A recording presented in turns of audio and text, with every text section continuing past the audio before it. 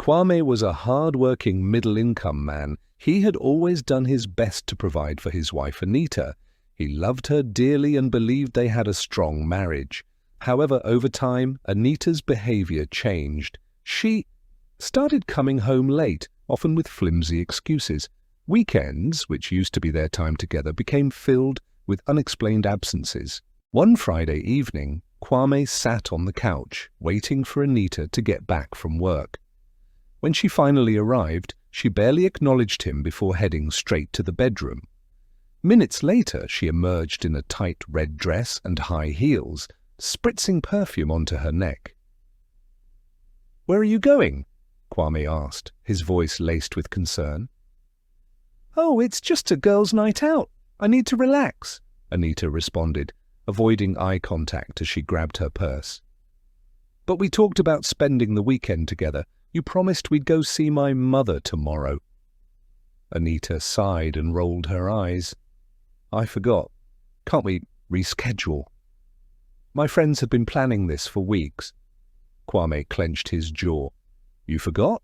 Anita, you've been cancelling every plan we make. Last weekend you said you had an office retreat.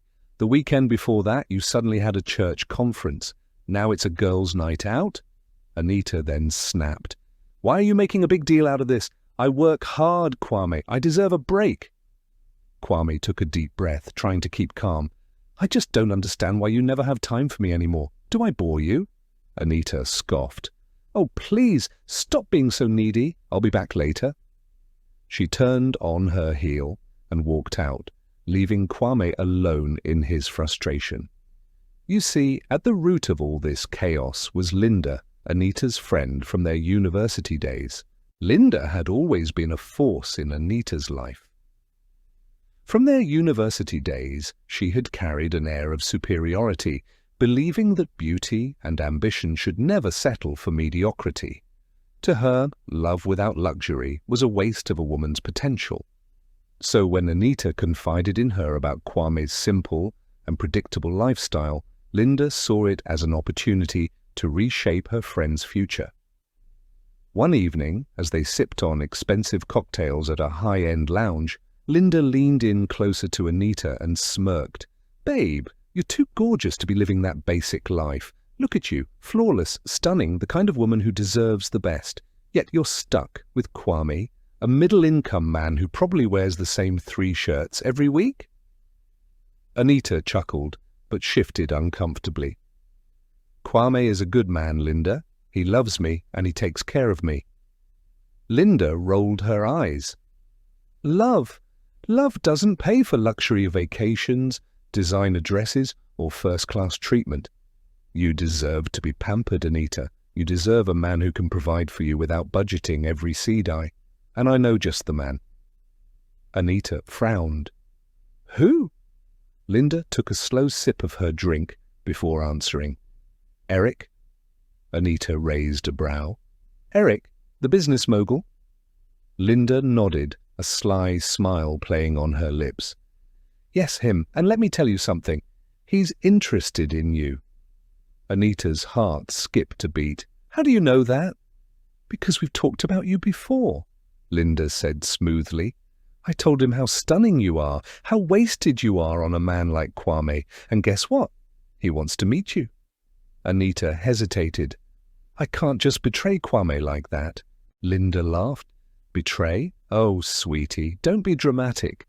Look, men do this all the time. They secure a good woman, but when they get comfortable, they stop trying. They stop making you feel special.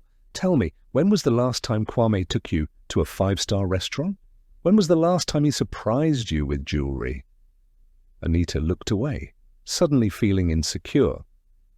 Kwame had always been practical with money. He believed in saving for the future rather than spending on luxuries. Linda noticed her hesitation and pressed further. "You don't have to marry Eric or anything. Just meet him. Let him spoil you. Let him show you how a real man treats a woman."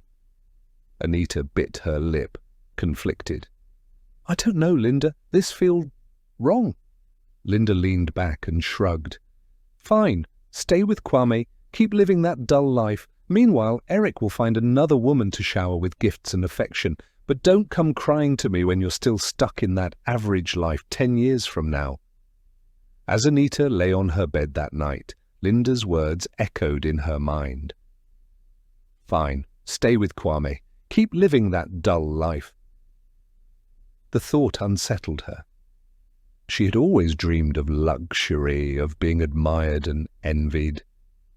Was she really going to spend the rest of her life in mediocrity while another woman took the life she secretly longed for? Linda's words didn't feel like mere persuasion anymore. They felt like a glimpse into a future. She wasn't going to keep living a dull life. It sounded like a wake-up call.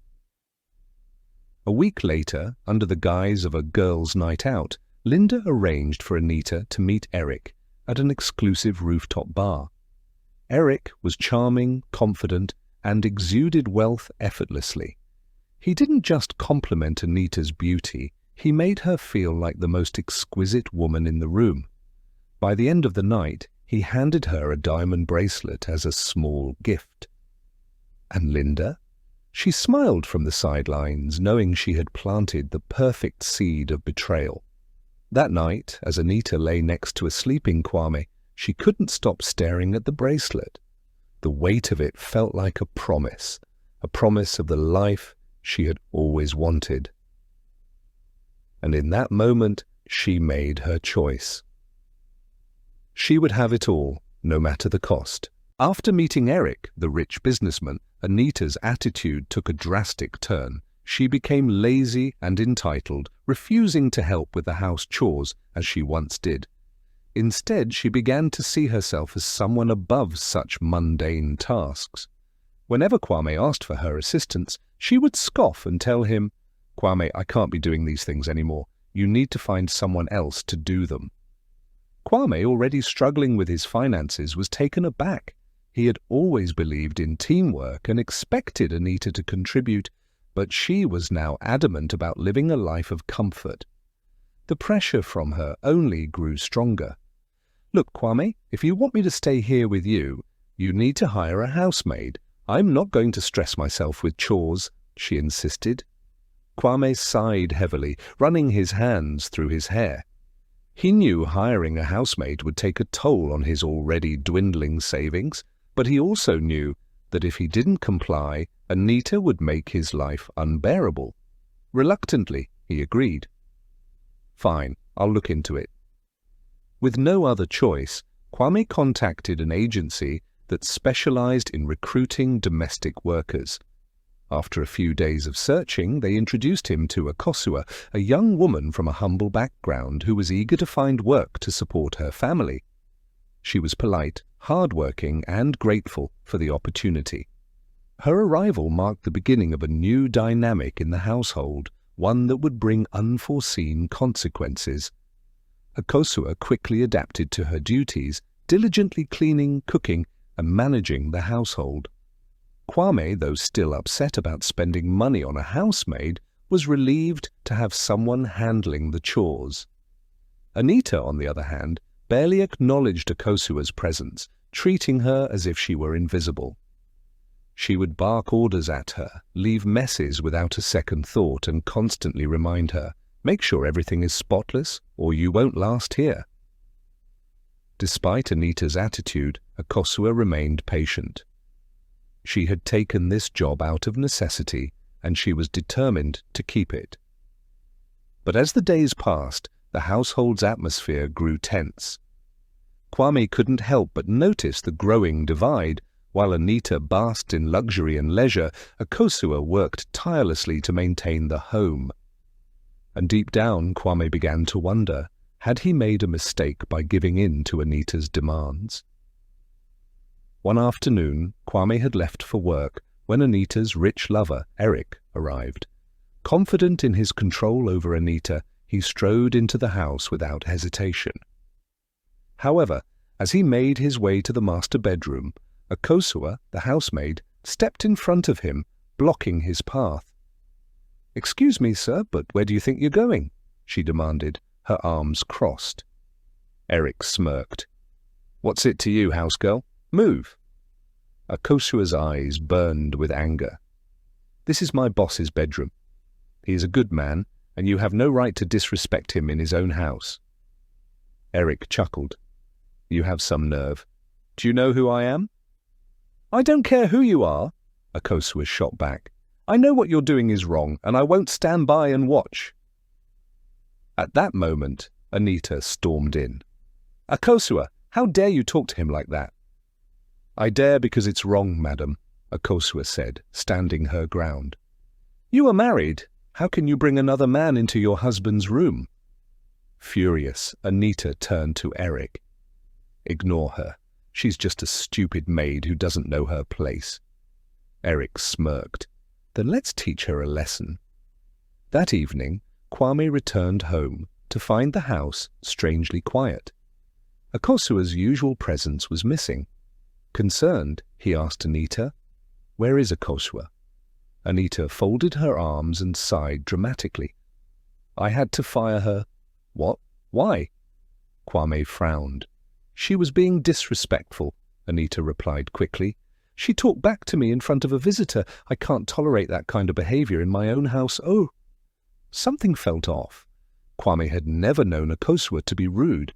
Deciding to investigate, he stepped outside and found Akosua sitting on the curb with her belongings.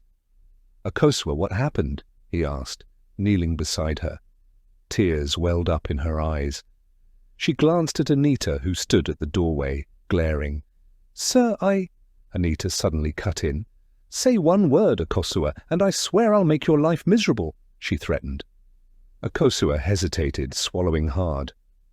Kwame narrowed his eyes at his wife. "If there's nothing to hide, why are you threatening her?" "I'm not threatening her. I just don't want unnecessary drama," Anita said quickly. "Look, she was insubordinate, and I can't have that." Kwame turned back to Akosua. "Come inside." "But, sir, your wife—" "I don't care what she says," Kwame interrupted. Reluctantly, Akosua followed him back inside, knowing this was far from over.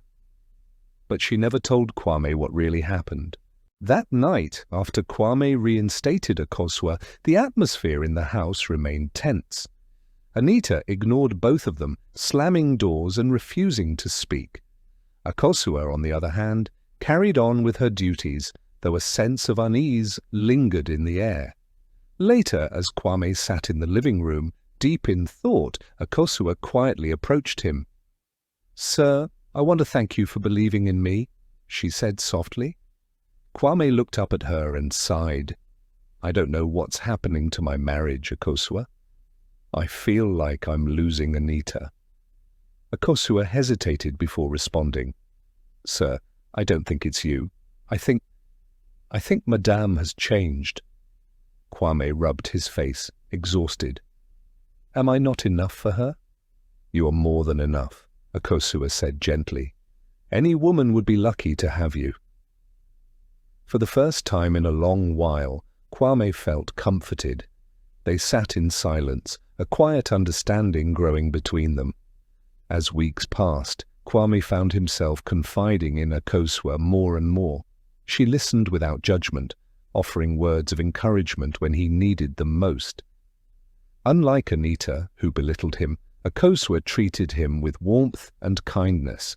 One evening, as they sat on the veranda, Kwame finally admitted, "Akosua, you are the only person in this house who makes me feel valued." She looked away, slightly flustered. "Sir, you deserve happiness." Their bond deepened, though neither of them dared to acknowledge it aloud. But the emotional void Anita left in Kwame's heart was gradually being filled by the very woman his wife saw as insignificant. Kwame and Akosua's connection grew stronger each day. While Anita continued her reckless behavior, Kwame found solace in the quiet moments he shared with Akosua. Whether it was a simple conversation over dinner or a shared joke in the kitchen, their companionship brought him peace. Years passed, and Kwame's home became an increasingly cold and joyless place. Anita, despite her indiscretions, stayed married to Kwame, claiming that the stability he provided was what she needed. Akosua, meanwhile, continued her work in the household, though her growing bond with Kwame became a well-guarded secret. When Anita announced her pregnancy, Kwame's heart soared with hope. He believed this child might mend the broken pieces of their relationship. He attended every doctor's appointment, decorated the nursery, and was by Anita's side during the delivery of their baby boy. For a brief moment, Kwame thought they could rebuild their family. The joy was short-lived.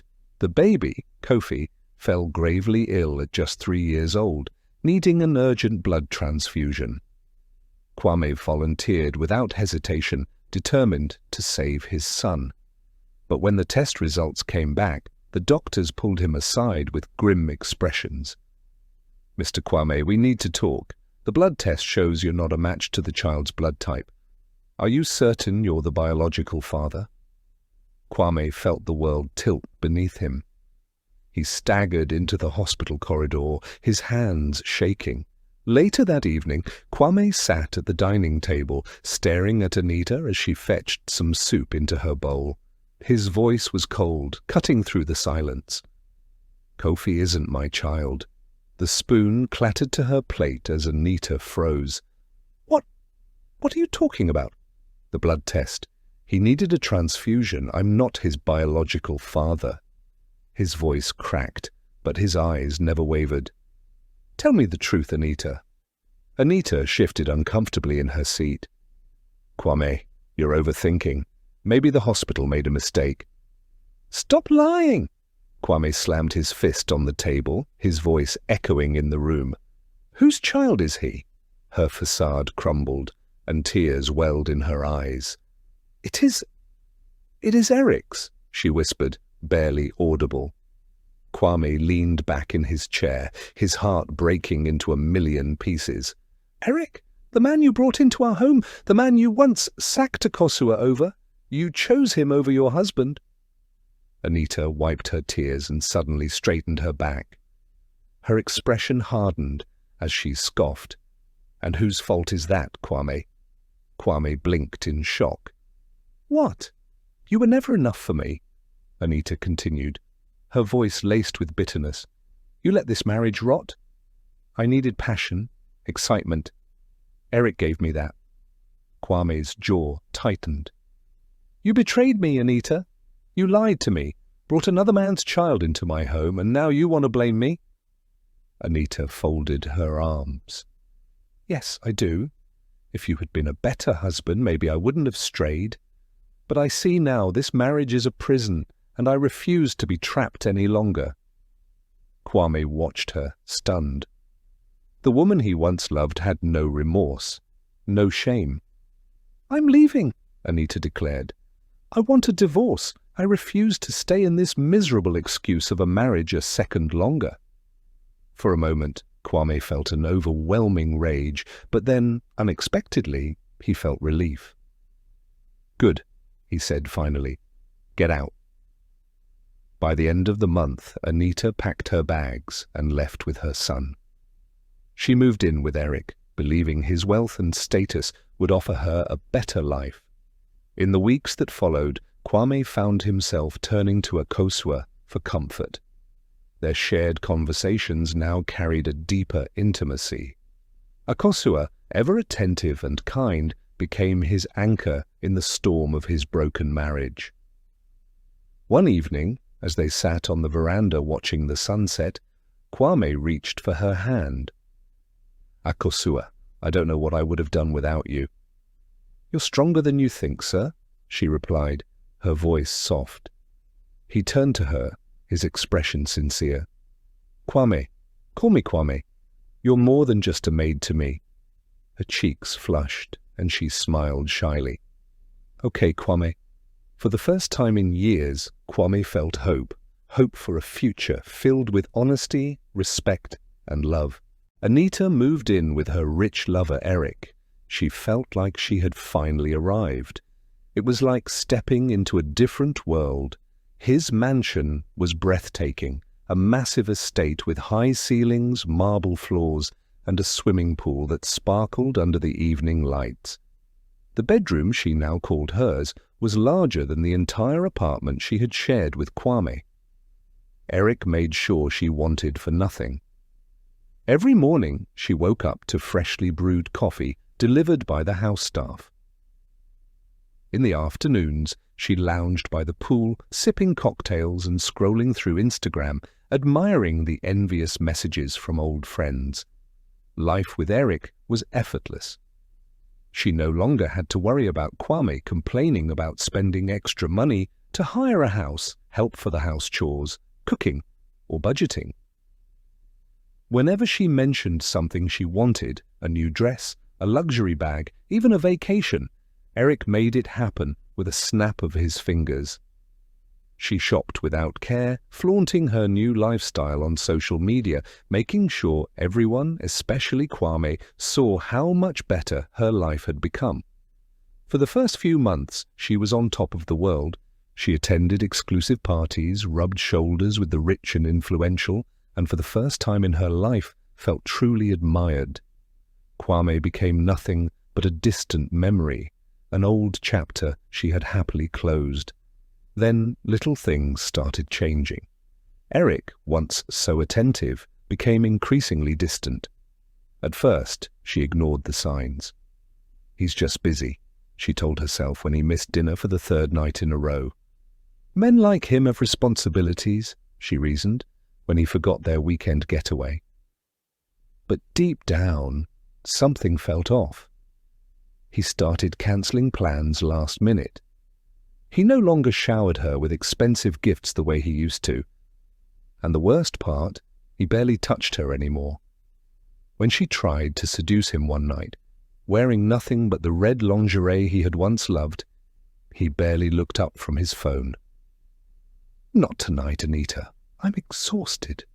She felt humiliated. This was the same man who couldn't keep his hands off her in the beginning. With Eric growing distant, Anita found herself spending more time alone. The house, once a symbol of her success, now felt cold and empty. She had cut off most of her old friends, believing she had outgrown them, and her new social circle, women married to wealthy men, only cared about flaunting their riches. Whenever she hinted at her worries about Eric, they laughed. "Men with money don't stay loyal, darling," one of them had said over brunch. "As long as he still pays for your lifestyle, what's the problem?" But it was a problem. She hadn't left Kwame to become just another woman in Eric's life. She had left because she wanted to be special. And then the final blow came. It happened on a random afternoon. Anita had decided to go shopping, hoping retail therapy would distract her from the growing emptiness inside her. She walked into a high-end boutique, gliding her fingers over the expensive fabrics, picturing Eric's approving smile when he saw her in something new. And then she saw them. In the reflection of a mirror, Eric and Linda, her best friend. They weren't just talking, they were laughing, holding hands, their bodies close in a way that left no doubt. Anita's heart stopped. She blinked, hoping she was imagining things. But then Linda leaned in, whispering something into Eric's ear, making him smirk before placing a soft kiss on her cheek. Anita felt like the air had been sucked out of her lungs. Everything around her blurred. The boutique music, the chatter of other shoppers, it all faded into the background as she stood frozen, watching the man she had risked everything for betray her in broad daylight. And then Linda's eyes met hers. For a moment, there was no shock or guilt, just a slow, deliberate smirk. Linda knew she had seen them, and she didn't care. Anita's hands clenched into fists. She had left her marriage for this man, and now she was the fool. Anita stormed out of the boutique, her pulse racing. She needed answers. She needed to hurt them the way they had hurt her. She wasn't going to let them get away with this. Anita didn't wait. The moment she left the boutique, she hailed a taxi and gave the driver one destination: Eric's mansion. By the time she arrived at the mansion, her blood was boiling. She burst through the front doors, her heels clicking furiously against the marble floors. She found them in the living room, laughing over glasses of wine like a couple without a care in the world. Eric looked up, startled. Linda, however, simply took a slow sip of her drink, watching Anita with amused eyes. "You?" Anita spat, pointing a shaking finger at Linda. "You're supposed to be my friend." Linda smirked and leaned back on the couch. "Oh, Anita, don't be so dramatic." Anita turned to Eric, her chest rising and falling with fury. "And you, after everything I gave up for you, after everything you promised me?" Eric sighed and set his glass down. "I didn't promise you forever, Anita." His voice was calm, almost bored. "You knew what this was." Anita's stomach twisted. "You said you loved me," she whispered, her voice breaking. He scoffed. "I said what I needed to say to get what I wanted." Tears stung her eyes, but she refused to let them fall. "So what now?" "You throw me out like trash?" Linda chuckled. "Oh, honey, that's exactly what you did to Kwame. Life has a funny way of balancing things out, doesn't it?" Anita's hands clenched into fists. "You planned this, didn't you?" Linda shrugged. "Anita, you had a good man. In fact, you got married immediately after university whilst I wasted away. You think I was going to sit down and watch you have all the good things in life, a happy married life, a God-fearing man, a peaceful home, whilst no one took me serious? No, Anita, I had to bait you into this. I had to bring you down. You were so easy to manipulate. I just had to push you a little, and you ran straight into Eric's arms. And now, well, I suppose it's my turn." Anita lunged at her, but Eric caught her wrist mid-air. "Enough," he said sharply. She yanked her arm free. "You'll regret this," she seethed. "Both of you." Eric smirked. "I highly doubt that." And with that, Anita knew. It was over. She had lost everything. Anita stormed out of the mansion, her vision blurred by tears. The world outside felt colder, harsher than before. She had nowhere to go, no home, no friends, no security. She tried calling a few acquaintances, but they all made excuses. The same people who once admired her lifestyle now wanted nothing to do with her. The social circles she had once flaunted herself in had no place for a disgraced woman who had lost her rich man. Days turned into weeks, and Anita's situation worsened. She burned through the little money she had saved, hopping from cheap hotels to friends' couches, until even those doors closed on her. Desperate, she swallowed her pride and went to Eric's mansion, hoping for even a shred of sympathy. She rang the bell, praying he'd let her in, that he'd miss her, that he'd regret throwing her away. Instead, the security guard barely looked at her. "Mr. Eric said you're not allowed in," he said flatly. Anita's heart sank. "Please," she whispered, her voice barely above a plea. "Madam, don't embarrass yourself," the guard said. "Go home." Home, but where? That night, Anita found herself sleeping in a cheap, run-down hostel, curled up on a stiff mattress with nothing but regret to keep her warm. And then, with nowhere left to turn, one name filled her mind. Kwame. The man she had betrayed, the man she had humiliated, the man who had once loved her more than anything. Would he even look at her again? With no other options, Anita made her way back to the place she had abandoned. She had left as a queen. She was returning as a beggar. Anita stood at the entrance of Kwame's house, the place she had once called home. The air was thick with memories, both good and bad. Her heart pounded in her chest as she raised a trembling hand to knock on the door. After a few seconds, the door creaked open. Kwame stood before her, looking stronger, more confident than she had ever seen him. His once tired eyes were filled with a quiet certainty, a peace she had never known him to have when they were together. But it wasn't just Kwame that made Anita's stomach twist. Standing beside him was Akosua, visibly pregnant.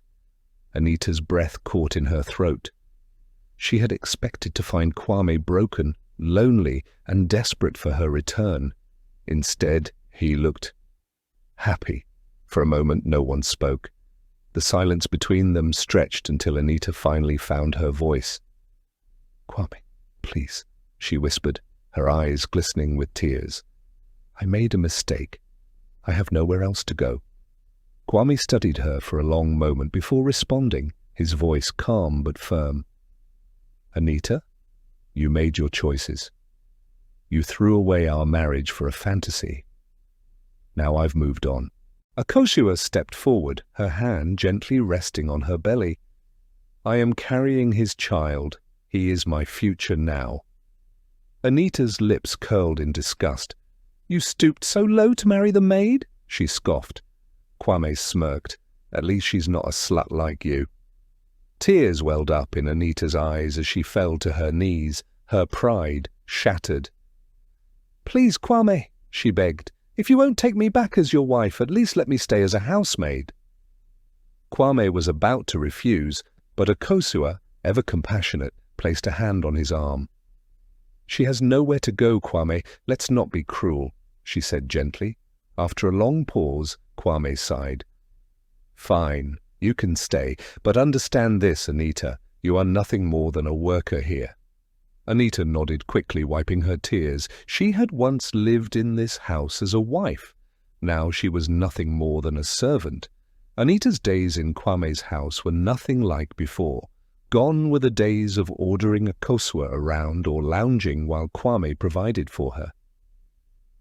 Now she was the one scrubbing the floors, washing the dishes, and serving meals, tasks she once believed were beneath her. Akosua, despite everything, never treated her cruelly. She gave her a place to sleep, food to eat, and never taunted her about her downfall. But that kindness only made Anita feel worse.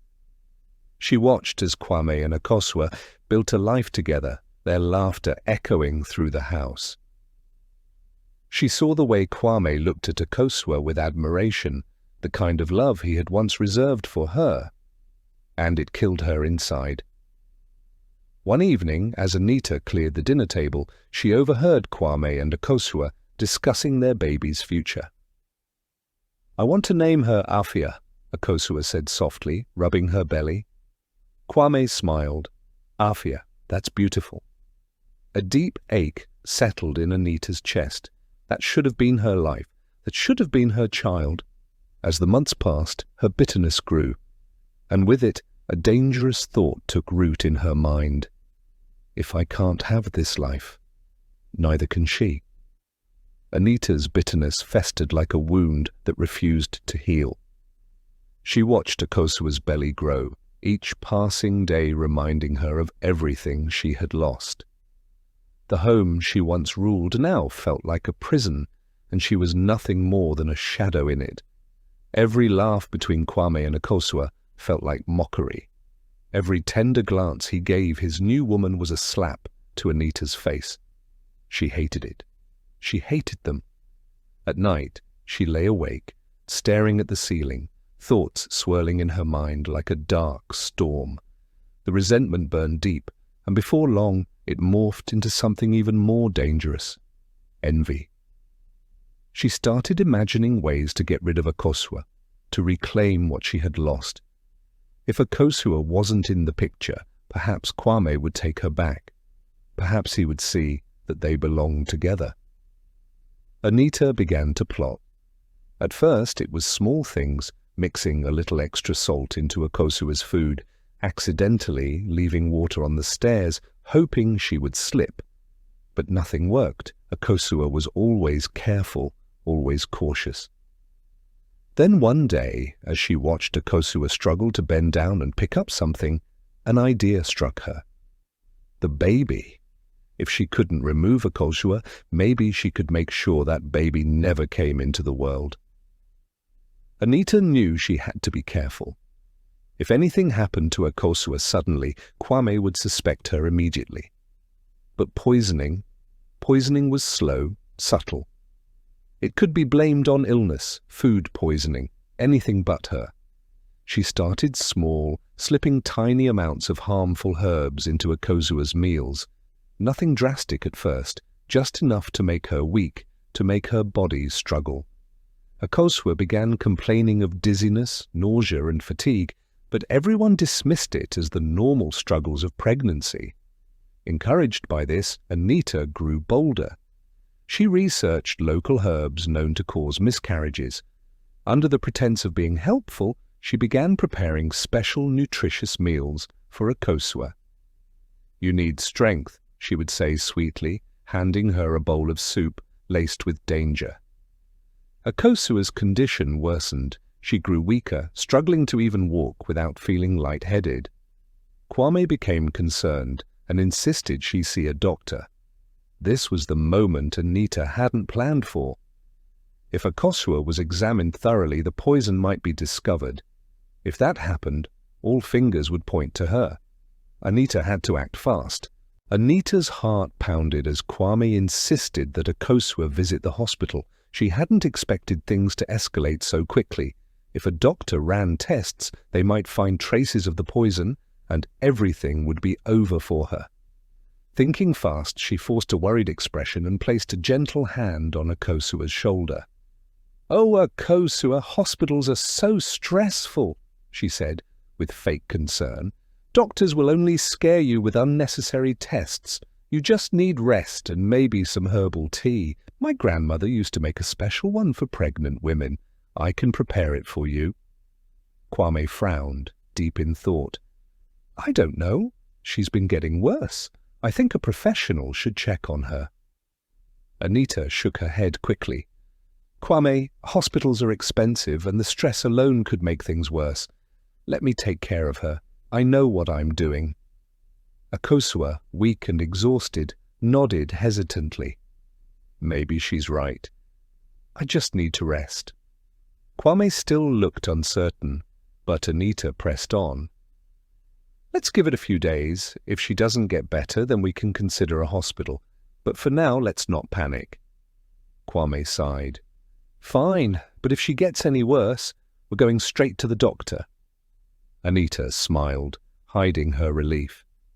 She had just bought herself more time.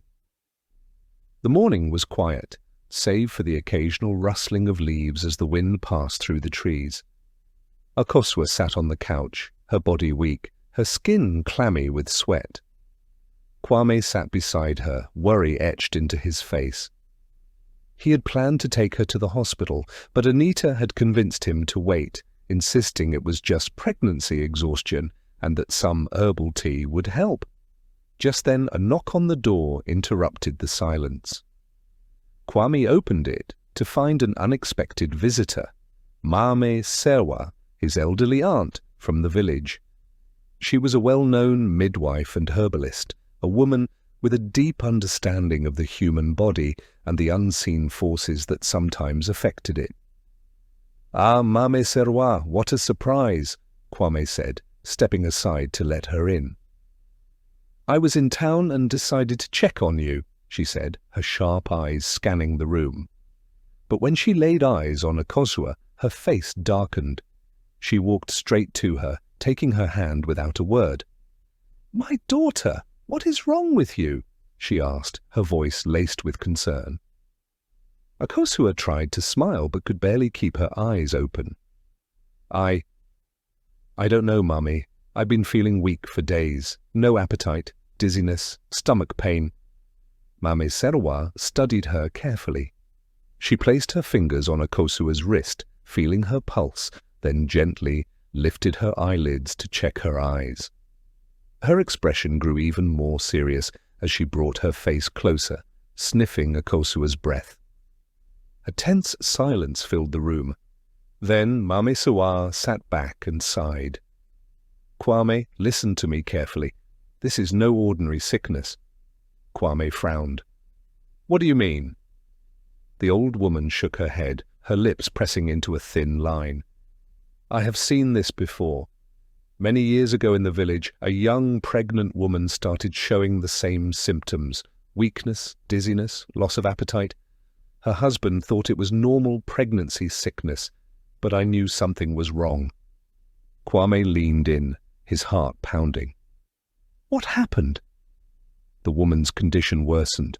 By the time they took her to the hospital, she had lost the baby, and when we looked deeper, we found out the cause. She had been poisoned. Kwame's blood ran cold.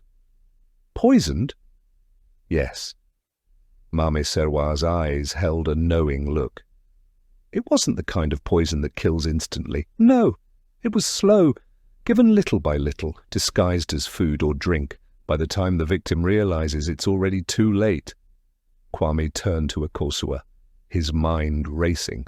Hadn't Anita been the one caring for her, bringing her food and tea? She had insisted Akosua didn't need the hospital. He shot to his feet, his hands balling into fists. We need to go to the hospital now. Without another word, he scooped Akosua into his arms and carried her out of the house, his mind swirling with rage and suspicion.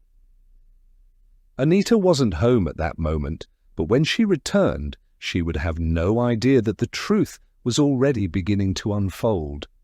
Kwame drove to the hospital like a man possessed, barely stopping at red lights, his grip tight on the steering wheel. Mame Serwa sat in the back seat, whispering prayers under her breath, while Akosua lay weakly against the passenger seat, her breathing shallow. When they arrived, the nurses quickly placed Akosua in a wheelchair and rushed her to the emergency ward.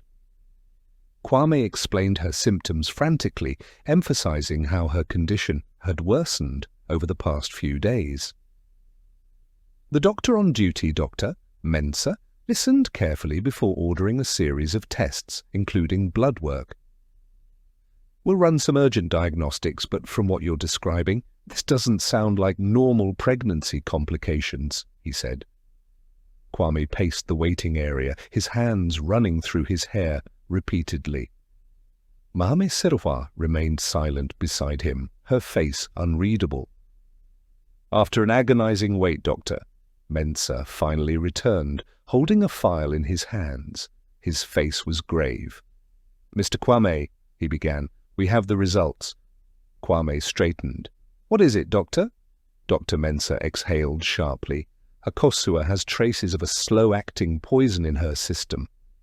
Kwame felt his knees buckle. Poison? Yes, Dr. Mensah confirmed. It's not something that would kill her immediately, but prolonged exposure could lead to miscarriage, organ damage, or even death if left untreated. Kwame clenched his fists, his breathing heavy. Can you determine how it was given to her? Dr. Mensah hesitated. The concentration suggests small, consistent doses over time, most likely through food or drink. Kwame closed his eyes, his entire body trembling with fury. He didn't need more evidence. He already knew the answer. Anita. She had been the one caring for Akosua, the one insisting she drink herbal tea instead of going to the hospital. And now the truth was undeniable. Kwame turned to Mame Serwa. You were right, he said through gritted teeth. She tried to kill Akosua. Mame Serwa sighed, shaking her head. Evil never hides forever. It always reveals itself. Kwame's jaw tightened. I need to deal with this. Without another word, he stormed out of the hospital, heading straight home, ready to confront Anita. Kwame initially wanted to storm home and confront Anita, his rage threatening to consume him. But as he drove away from the hospital, Mame Serwa's words echoed in his mind. Evil never hides forever. It always reveals itself. If he confronted Anita now, she would deny everything, maybe even cry and play the victim. No, this wasn't just about anger anymore. This was about justice. He needed proof. Later that evening, Kwame reached out to his old university friend Kojo, a tech-savvy guy who had always been ahead of the curve when it came to surveillance gadgets. They met at Kojo's small IT shop, tucked away in a busy part of Accra. After explaining everything, Kojo leaned back in his chair, rubbing his chin. Chale, this is serious. If you accuse her without proof, she could twist the whole story against you.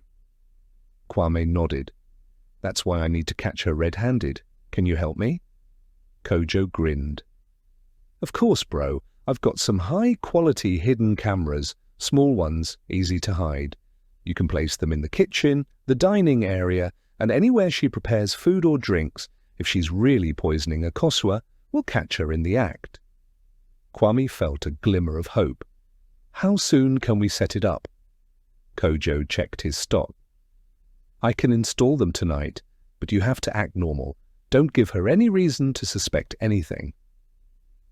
That night, while Anita was out running errands, Kojo and Kwame discreetly installed the cameras in strategic locations, inside the kitchen, near the herbal tea storage, and even in the living room, where Anita often brought a Kosua's food.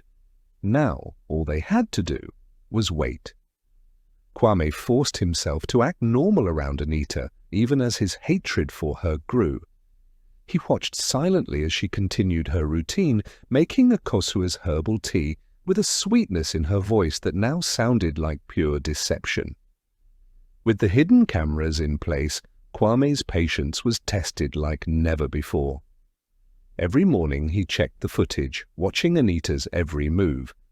At first, nothing seemed out of the ordinary. She went about her day as usual, preparing meals, humming softly to herself, and acting like the devoted wife she pretended to be. But then, small inconsistencies started to appear, tiny details that made Kwame's blood run cold. One evening, Kwame noticed something strange. As Anita prepared a Kosua's usual herbal tea, she glanced around cautiously before reaching into her purse and pulling out a small vial. She hesitated for just a second before tilting a few drops into the tea and stirring it quickly. Kwame's fists clenched as he watched. She's doing it! But without solid proof of what was inside the vial, he couldn't act yet. He needed more. Anita started acting suspiciously jumpy. Whenever Kwame entered the kitchen while she was making a Kosua's tea or food, she would quickly cover things up, blocking his view or rushing to serve the meal before he could see what she had done. One night, as Kwame pretended to be asleep, Anita crept out of bed and into the kitchen. Through the hidden camera feed on his phone, he watched as she carefully wiped down the kitchen counter, disposing of something wrapped in a tissue before heading back to bed. Kwame's pulse pounded in his ears. The next morning, Kwame followed Anita outside as she stepped onto the veranda. He was close, so close, to confronting her. But then he remembered Kojo's words. If you accuse her without proof, she could twist the whole story against you. He had to wait just a little longer. So instead of confronting her, Kwame did something unexpected. He kissed her forehead. Anita blinked in surprise, her eyes searching his. "What was that for?" she asked, clearly thrown off by his sudden affection. Kwame forced a chuckle. "Just wanted to appreciate my wife," he said smoothly, though his insides burned with disgust. Anita smiled, a little too quickly. "You see?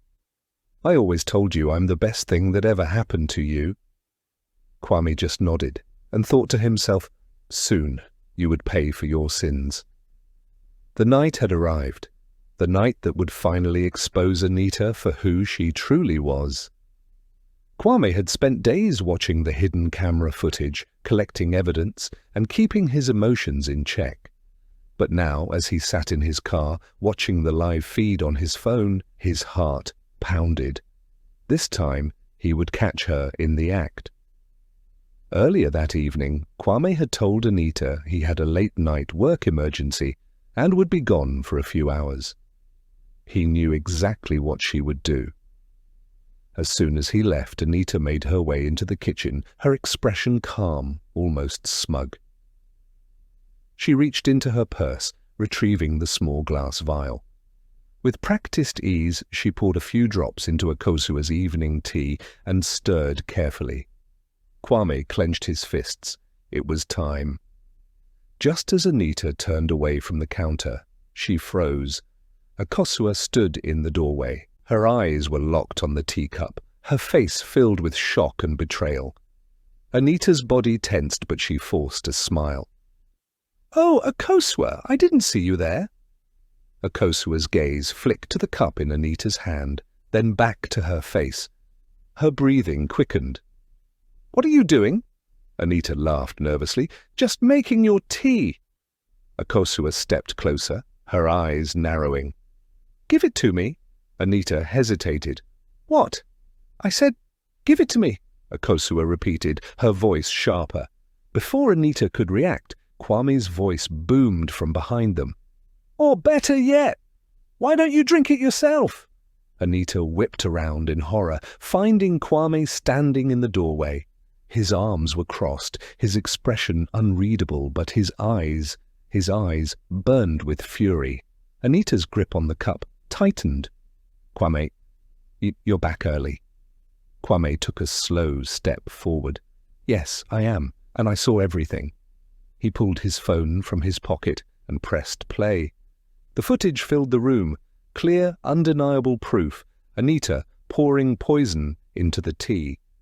Akosua gasped, stepping back in shock. The realization hit her like a slap. "So you wanted to kill me?" she shouted, her voice trembling with rage. "Even after I persuaded Kwame to let you stay with us?" Anita's mouth opened and closed like a fish gasping for air. "No, I didn't mean to." "Didn't mean to?" Akosua's voice rose, her hands shaking. "I defended you. I begged Kwame not to throw you out, and this is how you repay me?" Kwame's voice cut through the tension like a knife. "Anita, if it's just tea, then drink it." Anita's breath hitched. I'm not thirsty." Kwame chuckled darkly. "Of course you're not." Before Anita could say another word, the front door burst open. 2 uniformed police officers stepped inside.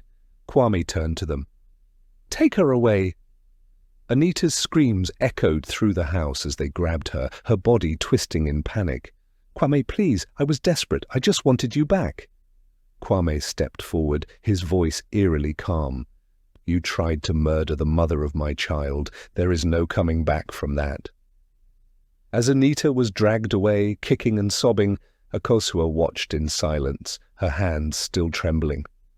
Kwame turned to her, his gaze softening. "She won't hurt you anymore." Akosua swallowed hard, then nodded. For the first time in a long time, she felt safe.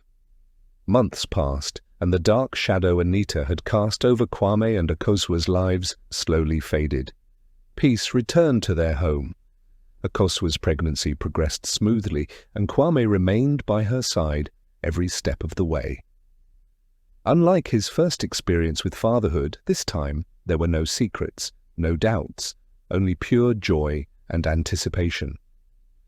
Then one bright morning, the long-awaited moment arrived. At the hospital, Kwame held Akosua's hand, whispering words of encouragement as she fought through the final moments of labor. And finally, after hours of struggle, the cry of a newborn filled the room.